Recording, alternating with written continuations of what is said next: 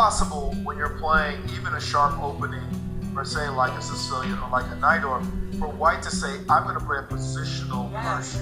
I'm not going to play the wild lines that will throw pawn to f4, and g4, and kingside damn. No, I'm going to play solid, control chess, positional. You might get a decent position, but you're not going to get any big attacking counterplay against my king castled on the queen side as well. So smart play by Vlad to control the play with a little bit of space. That would infuriate me. I would play the perk defense, which is a super hyper provocative defense by black, and then my opponents would play the slave boring positional line, knight f3, knight c3, d4, e4, bishop e2, the Geller quiet system.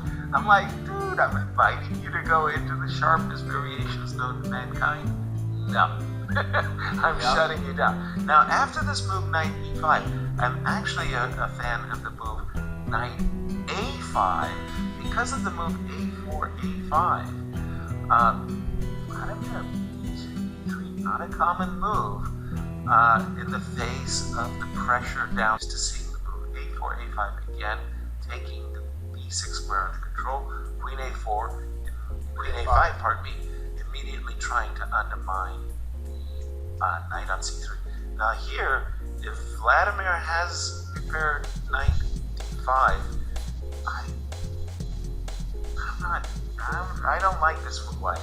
This move b3 just doesn't, I don't find this attractive whatsoever. If the knight is forced to go back, then queen takes, say rook takes, d5, and black is for choice. So I'm more than curious how Vladimir handles. He did retreat. Wow. He has allowed this possibility that you mentioned. Trading on d2 and playing for d5 looks so thematic in the Sicilian that would be a shock if it doesn't land on the board. Like just trade and play d5. That's just just money. Takes and d5, and your pawn's under threat. You've got to trade. Everything about this position collapses as far as white's concerned. Now, it's not that it's going to be a lost position. It's just that that's what black is hoping for. To get this break in, and then black's position will just flow and be free, and it should have no problems. Alireza is not somebody who likes to trade queens. He likes trickery. He doesn't want to play endgames. So maybe this very standard looking move has got him wondering, do I actually have to? Can I get away with doing something else? But because talks about boring endings, but he doesn't want a boring ending. He doesn't want a boring ending, but he's decided that is the right way to go. He has traded on d2, and now he captured with the bishop. And bishop takes even more so d5. Well, the difference is f4. Right. The bishop on d3 is no longer hanging. d5 could be met by f4, and after knight g4, you're not hanging the bishop. So that was Vladimir's idea, was that d5, f4 followed by e5. But let's just take a... That's a sharp position, though. Yeah, exactly. Is this the kind of position as white that you're d5 on the board? Yeah, this looks... And Vladimir decided he didn't want to see that because his position would weaken, and he did take on d5, and now he's played c4. This should be more or less okay for black. I see the knight should just drop back to f6. It should be advantage black, maybe not by that much, but okay. Black's definitely doing fine.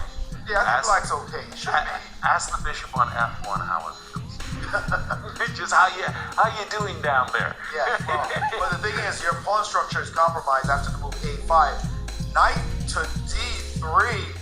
Uncompromising play by black. Right. Putting a knight in your living room. What's that knight doing there? Are there no discoveries that matter?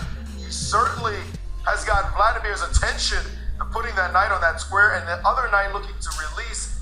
Maybe, but there's no real attack. There's also an e5, e4 side that's playable. So black is playing with energy right now, but the bishop can move out the way and threaten your knight and force your knight to go backwards. No? The problem with bishop c3 immediately is that, yes, you do kick my knight out of its wonderful square d3. I go back to c5, and if you try to keep kicking, eventually I am settling on the b4 the a4 square, and your c4 pawn is hanging. So you kick me to the c5 square, but c5 is not a bad hangout. It's there. A lot of people like the c5 square, and I don't blame them. Bishop c3, knight c5 on the board. D4 played. Are you serious? As you're saying all these moves. So bishop, so this is the pawn sack. No, it's not quite a, well, how do you defend the pawn? You gotta go c5 and You gotta lose play your C5, dark square that looks bishop. terrible. He played it. He's played c5 and allowed squares, more than the dark square bishop, the squares you're conceding, all those light squares suddenly, and also Look at this bishop on g7. Grunfeld players are ecstatic.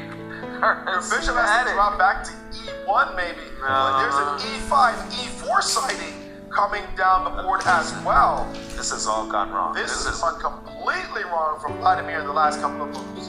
Now the other thing though is it's remarkable to me. I find this knight on e4 is a potential issue. I understand the knight coming to d5 is probably the strongest move, but I gotta tell you, you get a chance to get rid of that offside knight and this bishop on g7. Hard to imagine him playing, right? Exactly. But he's threatening knight e3. Yeah. And the bishop on c3 as well. So where do you put it? He's put it on the d2 square. This knight could hop again, something like knight to b2, and so many moves. There's knight b2 to d3 to potentially to c4. Also the move e5. Which one will he play? As he's got so many. He's played knight b2, and now knight b2. And now he can play his knight. All I want is the rook off the d file. If I can get the rook off the d file, there was a potential problem that the rook on d1 would hit the knight on d5, hit the bishop on d7. Take all the rook away, just move the rook away, especially, for example, rook to c1. Then you get to go e5, e4. E5, e4 is coming. I mean, it is waiting. This Yeah. is huge for black. This is just a tremendous position for black, and Vladimir knows it. Where to put his bishop right now. d1, provoking knight to c4, knight. The march of the cavalry, it's a dance. Amazing. And e5, e4. There's a big result, but we're hearing, brewing? well, not a result, but a trend happening. Whoa, rook to a2, allowing e5. He decided to solve the problem of, but man, look at this, rook and this knight. I want to play bishop e6. Yeah, rook a2 wasn't Play fun. bishop f5. Oh, even knight. Look at these black pieces.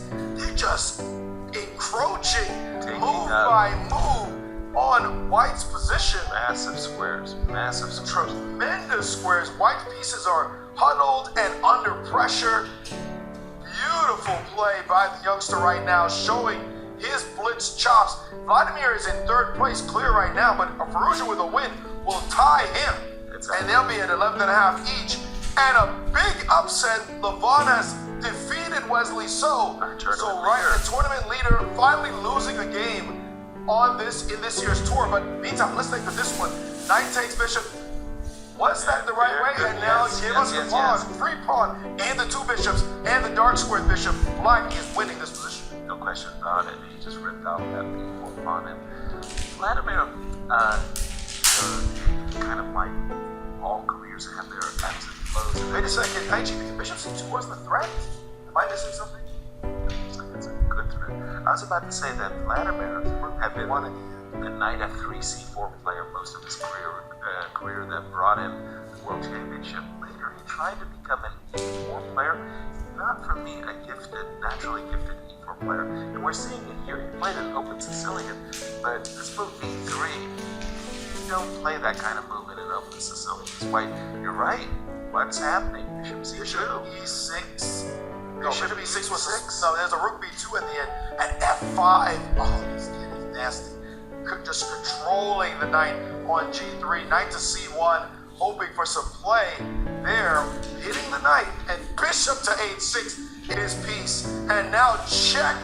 And then give me the pawn. That bishop dancing around, but Vlad has sacrificed back in exchange, hoping that this will help him. But king f7 is enough, and that's it. You've run out of tactical opportunities there. We should get back to the 2D board. This view is kind of skewed with so many pieces on the board. We should try to. There's a bishop in the knight on yes. e4, which means because there was no rook takes before. It's kind of hard to see it from that angle. Well, what we're looking at now there's a couple is extra a pawns. 2-pawn.